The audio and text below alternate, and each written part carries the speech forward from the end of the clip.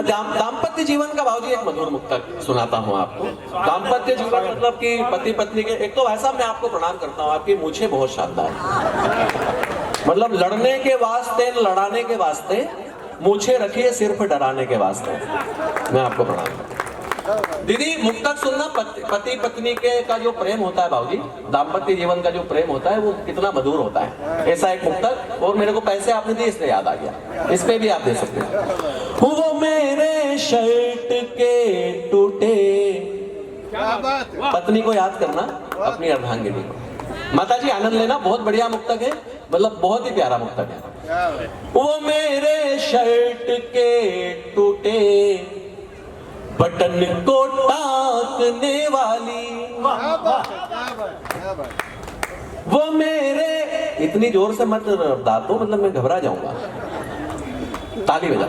वो मेरे शर्ट के टूटे बटन को टाकने वाली, क्या बात है, क्या बात। वो छलनी से मेरी छत पर मुझे ही ताकने वाली, क्या बात है भाई, क्या बात। मेरे बटुए से कुछ पैसे,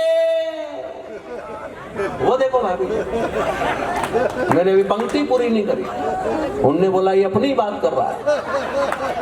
बाबूजी मतलब रात को एमडी साहब 2000 रखो जेब में, सुबह गायब आया। और फिर अपन पूछो कि क्यों तुमने मेरे जेब में हाथ लगाया, तो वो ऐसा मुंह बना लेंगे, क्या मैं चोरों के खानदान से हूं? मेरे घर वालों ने मेरे को यही सिखाया है। तो फिर अपन ही सोच लेते कि यार अपन ही कहीं रख के बोल गए।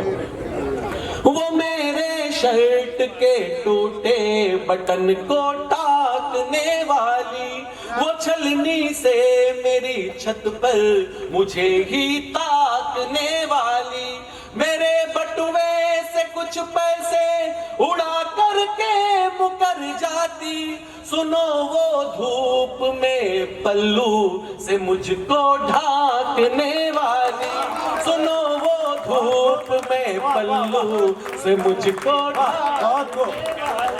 सुनो वो धूप में पल्लू।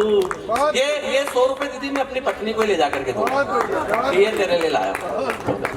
एक मुक्तक और सुन लीजिए। अच्छा, और ये तो ये बॉलीवुड यहाँ पर बसता है, मतलब यहाँ से चल करके अनेक फिल्में जाती है, लेकिन देव भैया ये जो पर्दे पर नायिका है ना, इनको मैं अपनी असली नायिका नहीं मानता।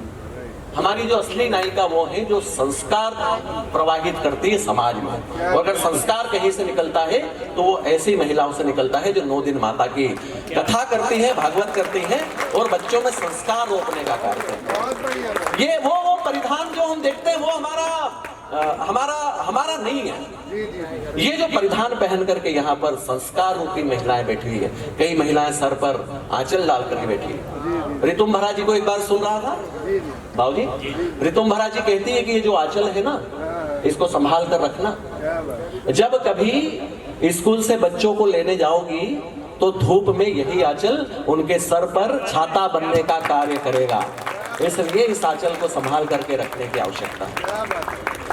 रितुम महाराज जी कहती है कि जब कभी अपने प्रिय को, आ जाइए हमारे क्षेत्र के विधायक आदरणीय श्री नरेंद्र मेहता जी यहाँ आ गए हैं।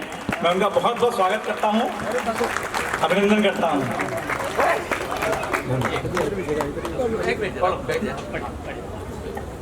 मेहता साहब स्वागत करता हूँ।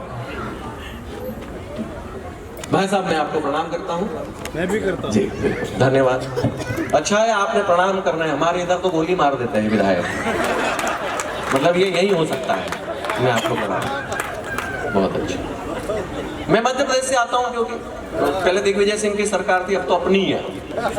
अच्छा, वो अभी बिहार का चुनाव आया तो वो मेरे को याद आ गया, लेकिन मैं पहले जो बात कह रहा था कि रितुम महाराज जी यह भी कहती है कि जब कभी अपने प्रिय को भोजन करवाओगी ना, तो यही आंचल मंझी हुई थाली को भी साफ करने के काम आएगा, इसलिए इस आंचल को संभाल कर रखने की आवश्यकता है। बहुत बढ़िया भाई। और जब कभी परदेश में, ससुराल में माता पिता को याद करके आंखों से अश्रुओं का समंदर उमड़ पड़ेगा, तो यही आंचल उन अश्रुओं के समंदर को सोख लेने का कार्य करेगा।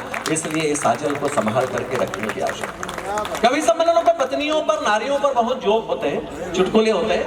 दीदी, एक कवि सम्मेलन में मुझसे किसी ने पूछा कि भाई हम क्यों कवि सम्मेलन में आए, वहां तो पता नहीं फुहड़ता होने लगी क्या है। तो मैंने एक ये दायित्व तो निभाया कि मैं महिलाओं के लिए कुछ लिखूं। एक गीत लिखा मैंने, उसका एक मुखड़ा सुनाता हूं आपको। यदि आपका मन हो तो मुझे तालियां बजा कर सुनिएगा। ये जो संस्कार है कि कितने सलीके से कितने सलीके से वो